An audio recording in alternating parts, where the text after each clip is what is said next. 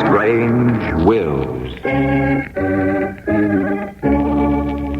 Stories of strange wills made by strange people, starring the distinguished Hollywood actor Warren Williams, and featuring Lurene Tuttle and Howard Culver, with the original music of Darrell Castillo.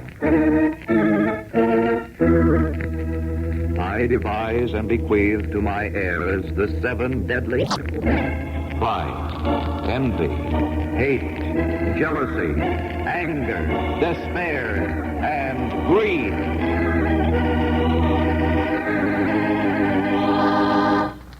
And here is Warren Williams.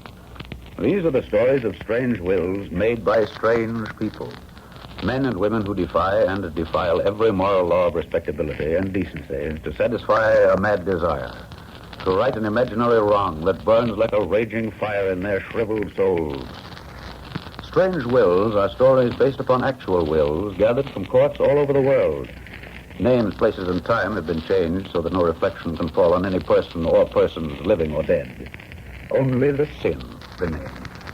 Deadly sins that cry out from the depths of the grave for vengeance.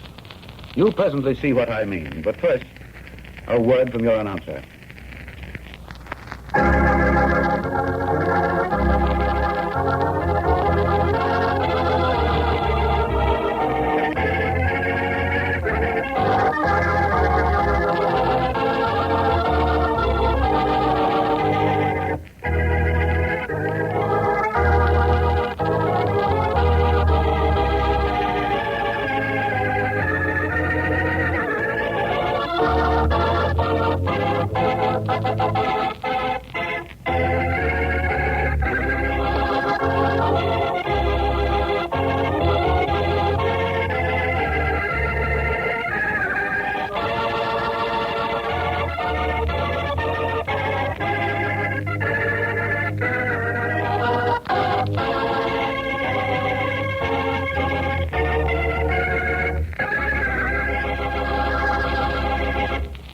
Now back to Warren Williams as John Francis O'Connell in The Mad Concerto.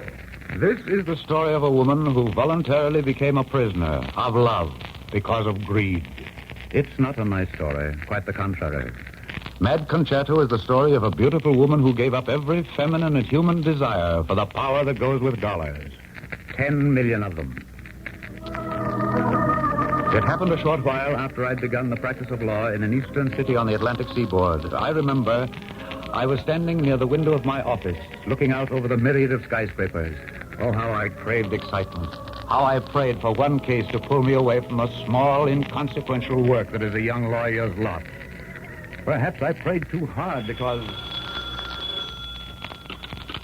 Mr. O'Connell speaking. Mr. O'Connell, you don't know me personally, but many years ago I retained your father as my lawyer, and I have every reason to believe that I will find you just as sincere and trustworthy. Well, thank you, sir. Don't thank me. I haven't done anything for you yet. Yes, sir. Have you a pencil handy? Yes, sir. Mr... Then take this address down. 127 Kingsbury Road. Have you got it? Yes, sir, I have it. 127 Kingsbury Road. I want you here at 10 o'clock tonight. Come prepared to draw up a last will and testament. My last will and testament. I expect you to live up to every vow of privacy between client and lawyer. Oh, of course, sir. That goes without saying. Good. My matter is urgent and, well, let's say, unusual. My name, Mr. O'Connell, is Walker. J.C. Walker. Good day, sir. Had I heard correctly? Walker?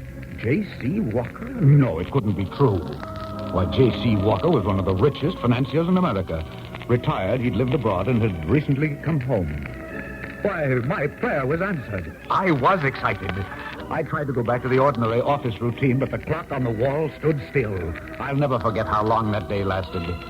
At exactly 7 o'clock, I got into my car and began the long 60-mile trip to the country estate of my client. I was tingling with anticipation.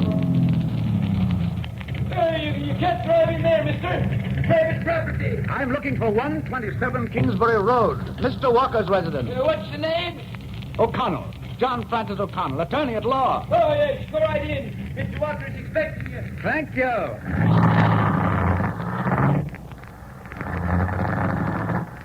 I drove up the long driveway and stopped at the Walker Mansion entrance.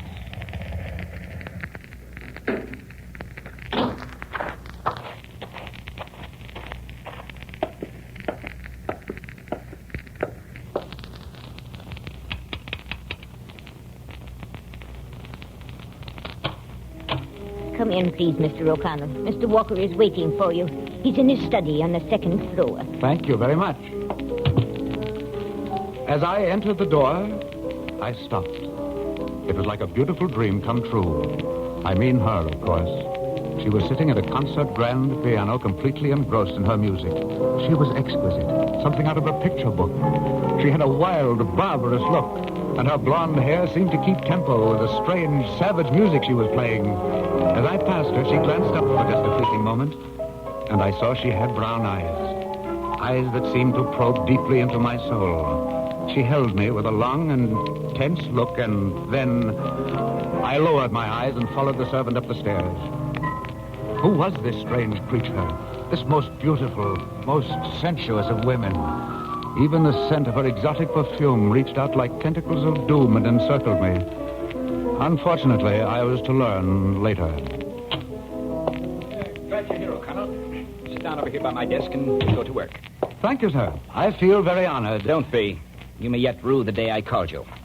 Drink? Yes, thank you. Here's to a momentous night. And to your health, Mr. Walker. You gave me a hollow toast, Mr. O'Connell, because my doctor has given me just 2 weeks to settle my affairs and die. Oh, I'm sorry. I'm not unhappy about it. I've made millions, had everything. It's time to let someone else have a chance. Now, here are the bequests I've made. They're all down here on a slip of paper. All but one. And that's what I want to talk to you about. Mr. O'Connell, you saw Nadia playing the piano as you entered, didn't you? Oh, yes, sir, I did. I think she's very unusual, very lovely, very... Mr. O'Connell, you're out here to draw a will. Yes, sir. O'Connell, I love Nadia. I love her because she is a genius. I recognized her unusual talent from the first day I met her in Vienna, almost 9 years ago. I'd read that Nadia Winter was making her debut at the Wilhelmstrasse Theater, and I attended. Yes, and stayed to worship at the throne of genius. Never in my life had I seen such technique, such warmth and feeling. I remember as she was ending her final number.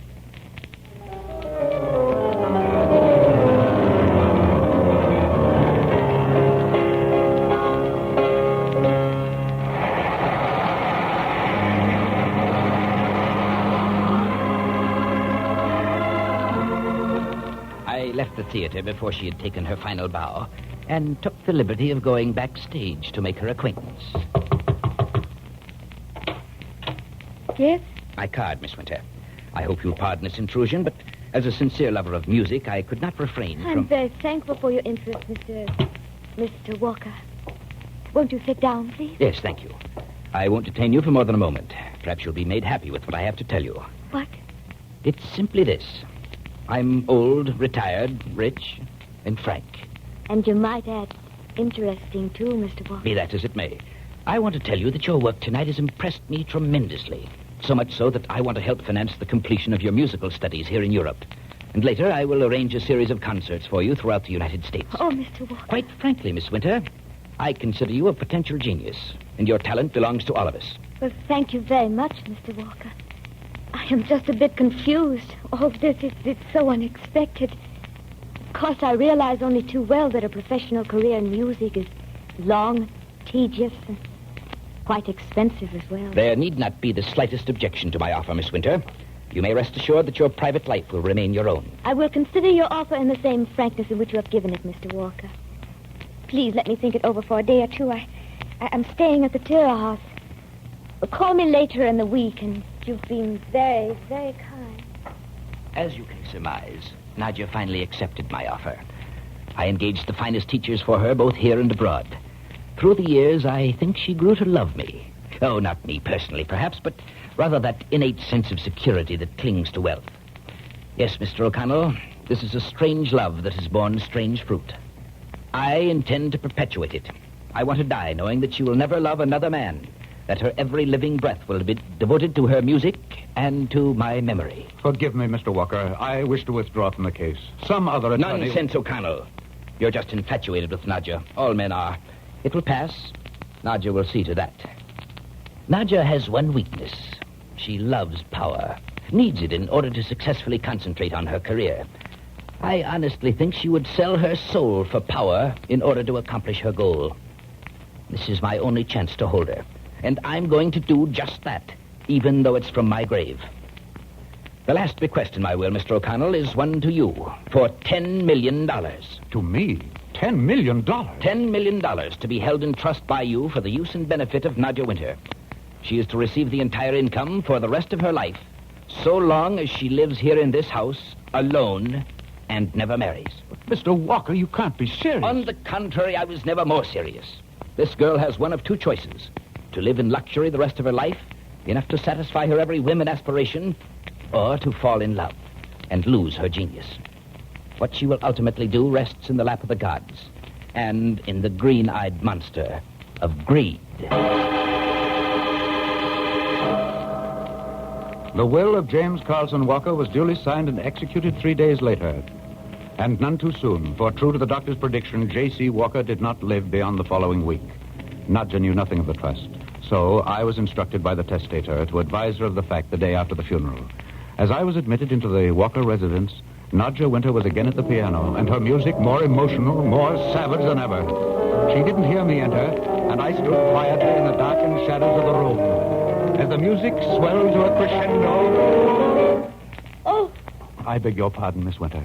I am Mr. O'Connell, John Francis O'Connell, attorney at law. Mr. Walker asked me to come here and discuss certain business matters with you. Oh, please sit down, Mr. O'Connell. And pardon me for not hearing you enter. I was lost in, shall we say, a musical spot. Thank you, Miss Winter. Please don't be so formal, Mr. O'Connell. Call me Nadja. It would make me happy to. Mr. Walker told me just before he died that you would come to see me. Nadja, Mr. Walker has been exceedingly generous with you in a queer sort of way. I don't understand. He was always most kind and considerate. I don't know if his bequest to you was either kind or considerate, but he was determined that it should be final and absolute. He was always unusual, Mr. O'Connell. That is what made me love him. I never knew what to expect next. Nadja, I am trustee over a fund of a considerable amount of money, $10 million to be exact. You are to receive the entire income from this trust as long as you, well... Oh, come, John, it can't be as bad as that. As long as you live in this house, alone, and never marry. As long as I live here in this house, alone, and never marry. Yes, Nadja. But if you prefer to leave or marry, the money is to go to certain charities. I don't know what to say. Or do. He has made me a prisoner. A prisoner of love. And $10 million to form the bars of my cage. But I want money. I want power more than anything the world or life can offer. And $10 million will get it for me. I'll stay, Mr. O'Connell. Yes, I'll stay. And I'll get everything I want from life. Everything. You wait and see.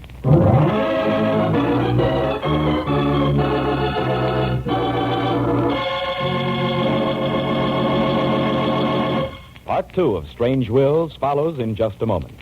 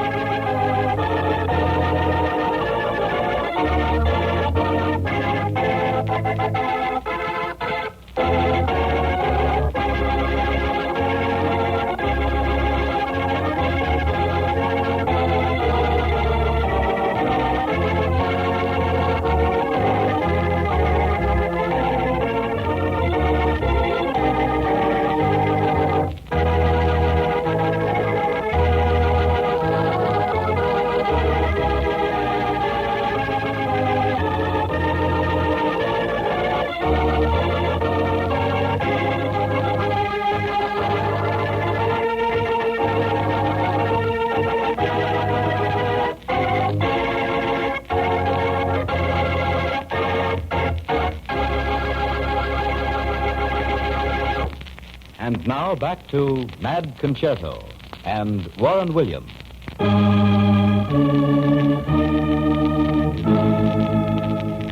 For the first few months, I saw Nadja regularly. She seemed gay and carefree, and her music was light and restful.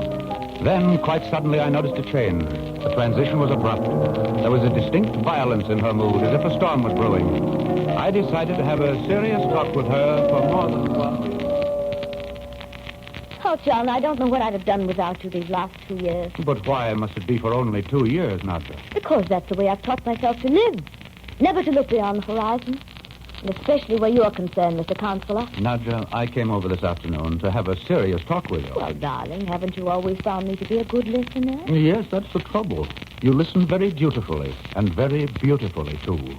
But somehow I never win my point before this lovely court of law. You simply won't conform to my pattern of reasoning, will you, John? No, because it's fallacious, Nadja. Now listen to me for a moment. For 2 years, you've been working over 8 hours a day on nothing but music. You've become a machine. Oh, why won't you... Give up my inheritance and marry you? You've said it 1,000 times before, haven't you, John? Yes, I've said it 1,000 times, but only because I love you, Nadja. I've loved you from the very first day I entered this house. I can't believe that your career is more important than a happy marriage, especially when you're forced to live alone. Alone like a prisoner in this house. I do it from preference only, John. You see, I don't think you understand my temperament. I am an artist. My whole life has been devoted to one principle, to forswear the world for music. Don't think I'm the first to do this. Oh, all the famous composers have sacrificed in one way or another their devotion to create. I am no different. I eat, sleep, and love, to be sure. But never for a moment do I forget why I am here. My music will one day be my monument. Your love for me, my affection for you, must remain secondary and without hope of fulfillment. But can't you see you've been changing, Nadja, and not for the better? Oh, John, don't you realize the hopelessness of... Oh, darling, you're young and beautiful. Your money's a curse that's not only permeated your body, but is affecting your soul. I beg you, let me turn it over to charity. Marry me now, Nadja, before it's too late. Keep your career. I'll do everything in my power to help you reach your goal. Oh, for the love I bear you, Nadja. Now, today, let's end this nightmare of harm. Stop! Stop! I'll not listen to another word! John, I have never really loved a human being. I have not the capability. I love only attributes in others. I love James Walker because he represents power, which to me is the greatest thing in life. And you too, John, I have love for your kindness, your understanding. Sometimes I wish that... But it's useless to discuss it further. You are a lawyer retained by my benefactor to carry out the provisions of a trust. I will not ask for counsel or advice. My life is mine to do with as I choose. Hereafter you will mail my check. And I ask you not to come back until I send for you. I see I'm too late. Goodbye, Mr. O'Connell. Goodbye, Nadja.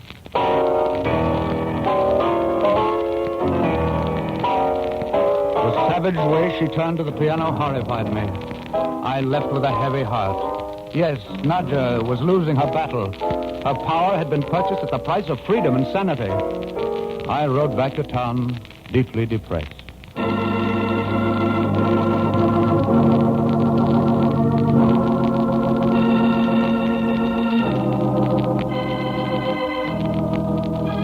I saw no more of Nadja for many years.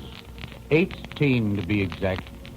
Her check was mailed regularly, and I'd heard rumors to the effect that she'd entirely withdrawn into herself and permitted no one to enter her home.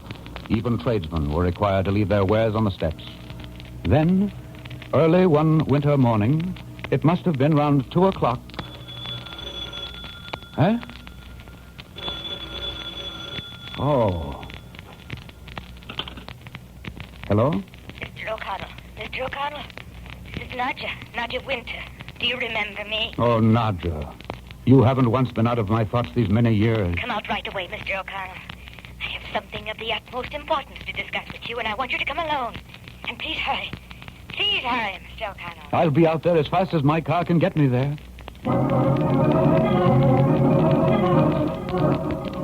In 20 minutes, I'd left the city behind me and was making 60 over ice and snow that begged for caution. In memory, I was reliving the years. The last time I'd seen Nadja, she was young and breathtaking. But greed had been her bedfellow, and power her counselor. I wanted to see Nadja again more than anything on earth.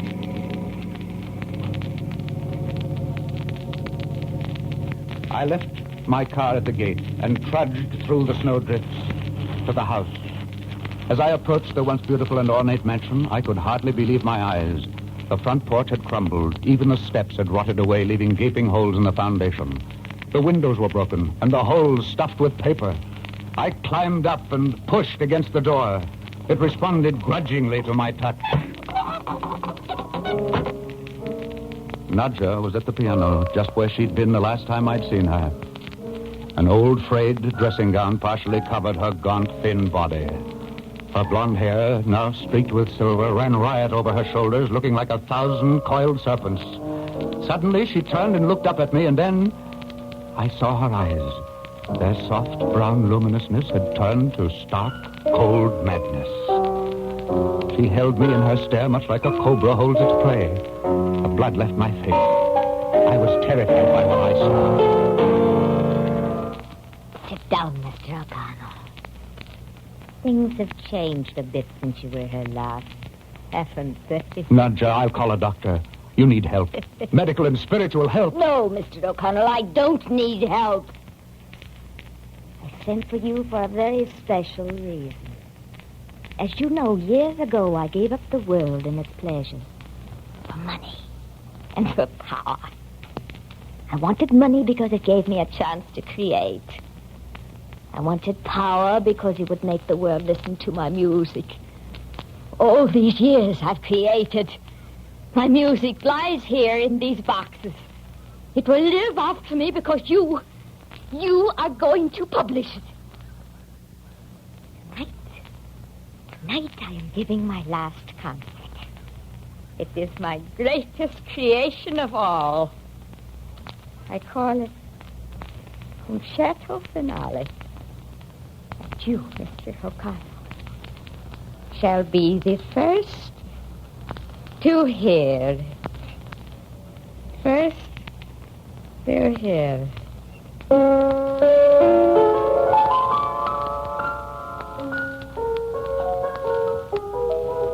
The music started out softly, tenderly. It sounded like the sparkling water of a murmuring brook as it danced lightly along on its way through forest and glen. I imagined it to be the early childhood life of Nadja, when youth was gay and filled with the laughter of crowded childhood.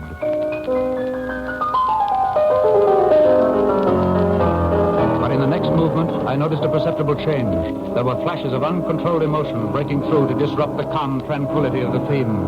The tempo increased. The chords became discordant. It sounded like the cry of a distressed soul crying out for deliverance.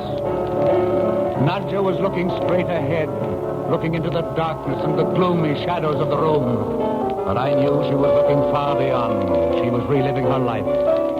And the poignant sorrows interspersed with happier moments had all been interwoven into this, the bitter end of her musical career.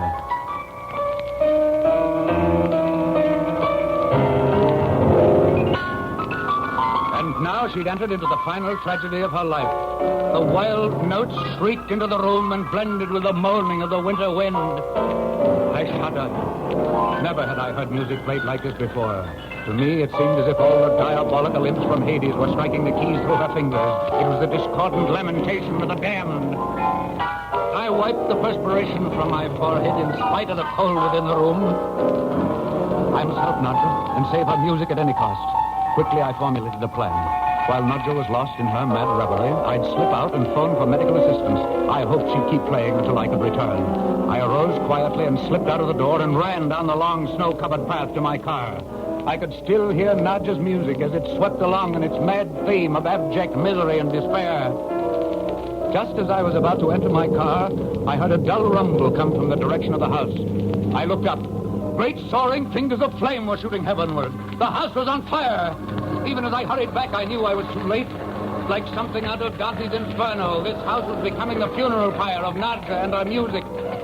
Through the crackling of the flames, I still heard the piano. Nadja was ending her mad concerto. Then, quite suddenly, the whole house collapsed like a tortured soul.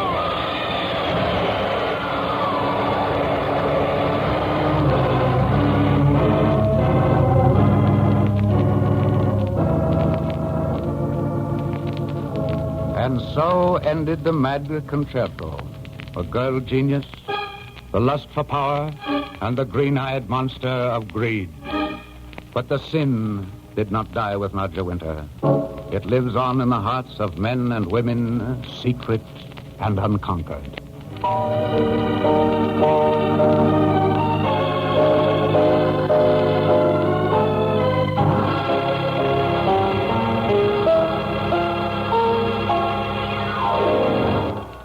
Warren William will be back in just a moment to tell you what the official records say about the probate cause of the Mad Concerto.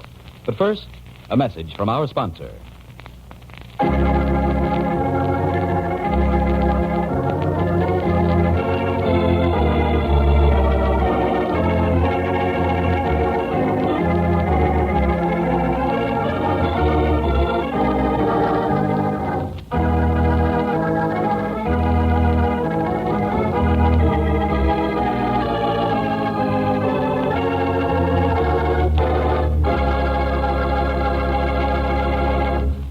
Here again is Warren William. And the fire? The records simply say fire of unknown origin. Was it accidental? Could it have been a human sacrifice at the pagan altar of greed? Who knows? For greed is the cause of endless suffering. What would have happened to Nadja Winter, I wonder, if she'd been able to live a normal, carefree life and still retain her genius? Perhaps the two are incompatible. I don't know. Do you? Next week, I'm going to tell you the story behind one of the strangest wills ever written. We're all familiar with the splendid results of modern psychiatry. But when you mix a mad, covetous psychiatrist together with a lovely, beautiful woman who has a husband, well, you've got a situation. We call this unusual story alias Dr. Svengali. This is Warren William inviting you to listen again next week.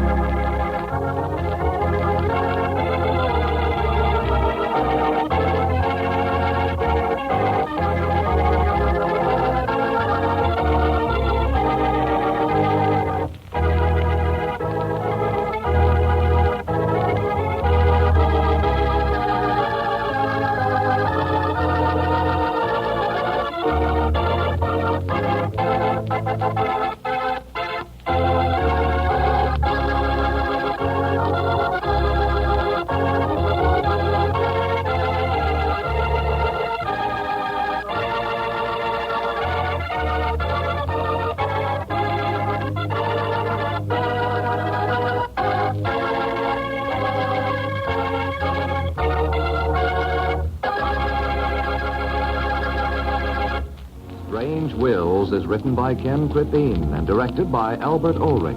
This is a Teleways feature produced in Hollywood.